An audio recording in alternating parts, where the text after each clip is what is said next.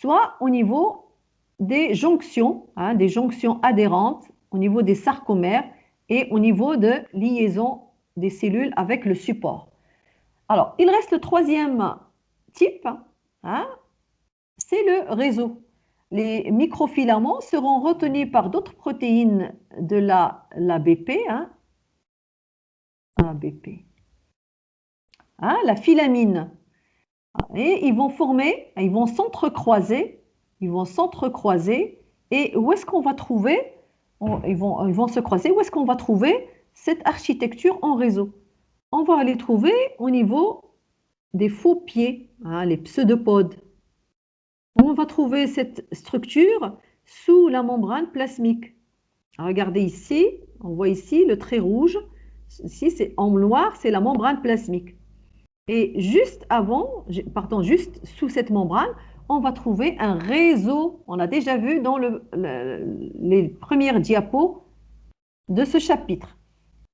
Et regardez ici, donc, on voit ici ce marquage par une molécule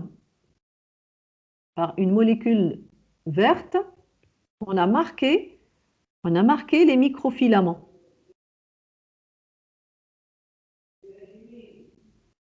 D'accord? On a fait un marquage et on peut observer le réseau, hein, le réseau de microfilaments au niveau de la cellule. Donc, c'est une observation donc réelle. D'accord? Donc, c'est réel. Donc, ça, c'est le réseau donc, de microfilaments. Alors, il est retenu par la filamine. Alors, on arrive maintenant aux microfilaments. Aux filaments, on dit aussi les systèmes endocellulaires, hein, le filament intermédiaire. Troisième type de cytosquelette. On va commencer par les tonofilaments qu'on a vus dans les dosmosomes. Hein? Alors déjà, vous avez ici tono qui veut dire tonicité, donc ça veut dire ce sont des filaments qui sont très forts. Hein? Alors, les protéines qui forment ces tonofilaments, hein, c'est aussi des filaments, donc elles ne sont pas globulaires, hein, d'accord? Filaments.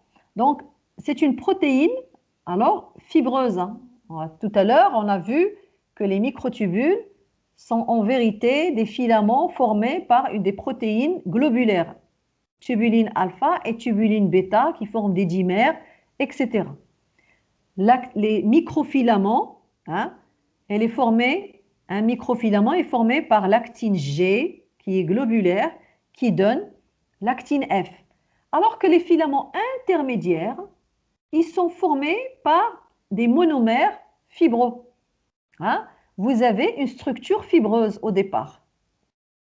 Les tonofilaments sont formés, hein, par des protéines fibreuses allongées en petits bâtonnets avec de petites têtes globulaires. Hein. C'est de la kératine. Alors, ces monomères, ils vont donner des dimères, puis après les dimères vont former des tétramères, puis les tétramères vont former des groupements en 8 qui sont reliés par des liaisons faibles, hein, non covalentes. Hein, vous avez donc, allez en chimie, hein, vous avez les liaisons covalentes où vous avez deux atomes l'un à côté de l'autre, hein, qui vont se partager les électrons. C'est une liaison qui est forte. Par exemple, H2O. Hein, H2O, les deux hydrogènes sont liés à l'oxygène par des liaisons covalentes fortes. Comme on peut trouver des liaisons faibles, hein, non covalentes, comme la liaison hydrogène, la liaison acide-base, plus ou moins, la liaison de Van der Waals. Donc, ce sont des liaisons qui sont faibles et qui peuvent se détacher rapidement. Alors, plusieurs tétramères ici vont s'alterner, hein, pour former un filament intermédiaire. Et on verra quand ils vont s'alterner, hein, vous avez, hop, tétramères, ils ne vont pas se placer, d'accord, ils ne vont pas se placer, donc, l'un après l'autre. Ils vont se décaler, hein, ils vont alterner pour former un filament intermédiaire et on aura l'impression de voir un cordage. C'est comme si vous observez une corde. Alors, ici sur la photo de droite, regardez la disposition de ces filaments intermédiaires. ils vont occuper tout le cytoplasme, d'accord? Et on va aussi les trouver sous la membrane nucléaire interne, parce que c'est une enveloppe. Vous avez vu ici qu'il y a deux membranes. Et il y a aussi un milieu, voilà, je vais le colorer, il y a un milieu entre les deux membranes du noyau. On est dans le noyau ici. Alors, du côté interne, la membrane interne, elle est doublée par la lamina. Alors, la lamina, c'est en vérité un réseau de filaments intermédiaires. Alors, on va voir maintenant comment la photo.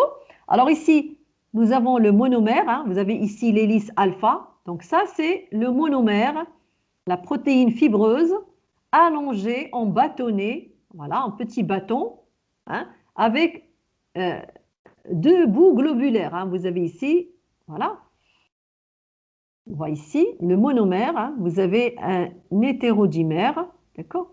Donc vous avez ici, d'accord, vous avez, voilà, le 1 et le 2. Vous avez le binôme. Alors, un binôme va se lier, bien sûr, vous avez un aspect décalé à un autre binôme. Voilà, puis après, pour former donc le tétramère, puis après, vous avez donc les tétramères qui vont se décaler, regardez, qui vont se décaler, hop, ils vont se décaler pour former un protofilament. Alors, on retrouve toujours le terme de protofilament, ça veut dire l'unité qui va former le cytosquelette, le filament intermédiaire. Alors, un filament intermédiaire, il est formé par 8 protofilaments. Voilà, c'est comme si vous prenez un stylo, ça c'est votre stylo, et quand vous regardez à l'intérieur de ce stylo, vous trouvez un décalage des tétramères. Alors, ce décalage des tétramères, alors, les petites têtes vont se décaler. On va observer une striation périodique. C'est bien organisé.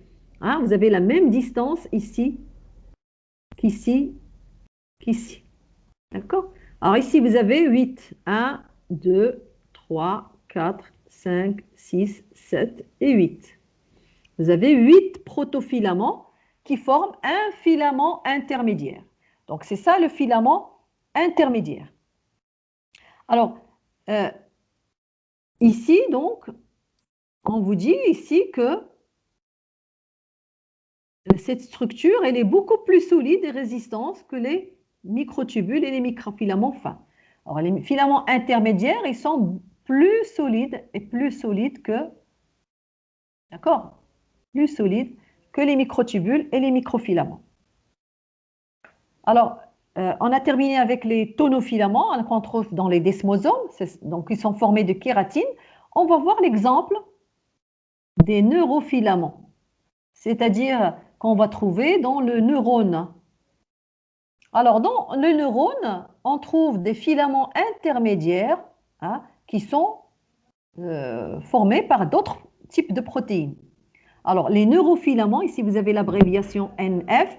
Les neurofilaments, ce sont des hétéropolymères. Là aussi, vous avez hétéro. On va trouver différents types, séquences de protéines. Donc, ce sont des hétéropolymères qui sont formés par 3 types de protéines. D'accord?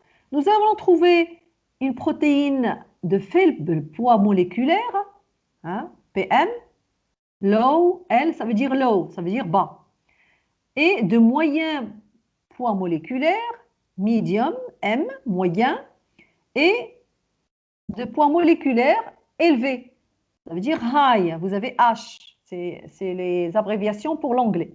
Alors, ces 3 types de protéines, ces 3 sous-unités, ces 3 types de monomères, vont former un réseau autour du noyau et ils seront orientés le long, par exemple, de l'axone. Alors, vous avez ici le neurofilament, donc low poids moléculaire, donc de faible poids moléculaire.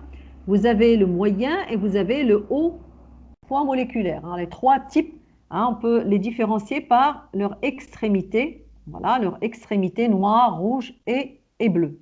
Alors, ils vont s'associer, comme vous voyez ici. Voilà, ils vont s'associer pour former un neurofilaments. Leurs extrémités, les extrémités non compactées vont se retrouver à l'extérieur.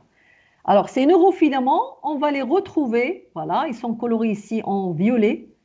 Hein, on ne va pas les trouver dans le corps cellulaire, hein, d'accord? On va les trouver, c'est ce qui est représenté ici en violet. Alors, on ne peut pas les observer très très bien ici. Cette photo-là, elle n'est pas très claire, hein, d'accord? C'est une coupe transversale. Hein, c'est une coupe transversale de l'axone. Hein. Ici, vous avez l'axone. Alors, on va trouver ces neurofilaments. Hein, neurofilaments, on a dit orientés le long de l'axone. Hein. Alors ici, vous avez les dendrites. Hein, les dendrites qui apportent l'information au centre. Hein. Et ici, vous avez bien sûr le soma, hein, au corps cellulaire. Alors, que font les neurofilaments? Alors, les neurofilaments vont jouer un rôle très important, et même chose pour les microtubules. Hein. Regardez ici cette légende. Hein. Vous avez en jaune les microtubules. Hein. D'accord? Les microtubules. Et nous avons en rose, si on peut dire, hein, donc les neurofilaments. Voilà. Donc, ils vont jouer un rôle très important dans les transports des neurotransmetteurs, hein, dans l'axone. Hein. Ici, vous avez l'axone. Hein. Vous avez un grand cylindre. Hein. Ici, c'est le cytoplasme de l'axone. Alors, il y a deux mouvements. Vous avez le mouvement rétrograde et vous avez le mouvement antérograde. Ça veut dire le mouvement qui va donc dans un sens. Vous avez ici le mouvement. Alors, ce mouvement-là, il est rétrograde. Il va aller vers la synapse hein, distale, d'accord, ici, vers la synapse. Alors, un mouvement rétrograde, d'accord, et vous avez un autre mouvement qui est orthograde vers le corps cellulaire.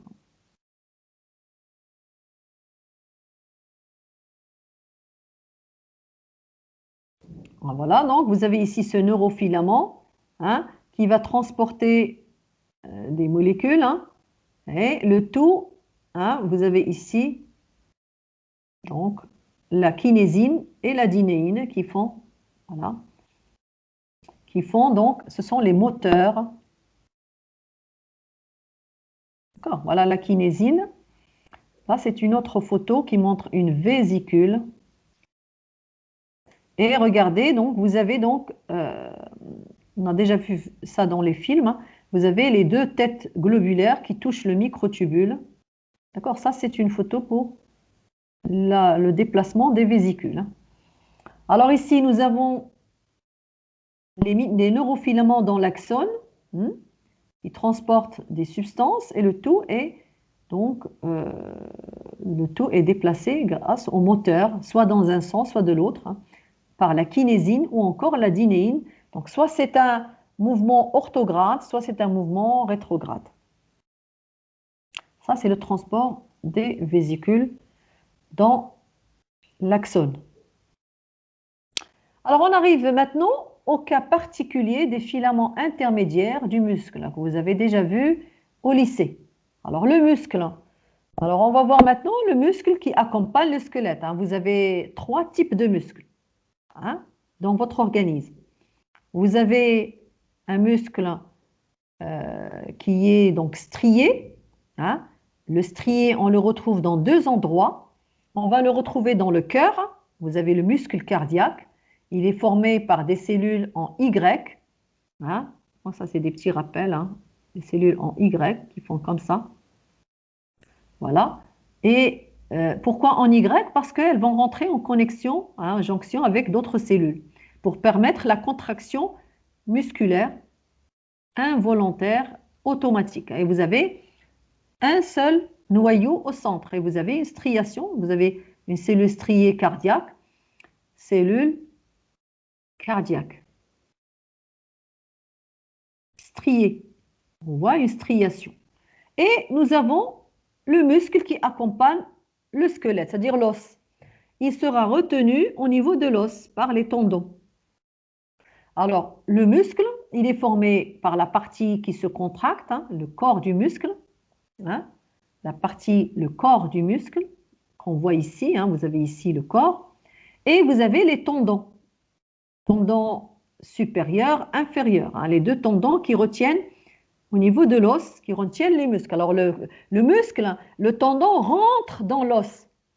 Hein. Bah, imaginez hein, que vous vous accrochez à une barre. Hein. Si vous faites de l'athlétisme, vous vous accrochez. C'est comme ça que le muscle s'accroche, donc il rentre, les tendons rentrent dans l'os. Hein, pour pouvoir, donc dans les deux sens. Hein. Imaginez que vous avez un petit os. Hein, je vais vous dessiner un petit os. Voilà.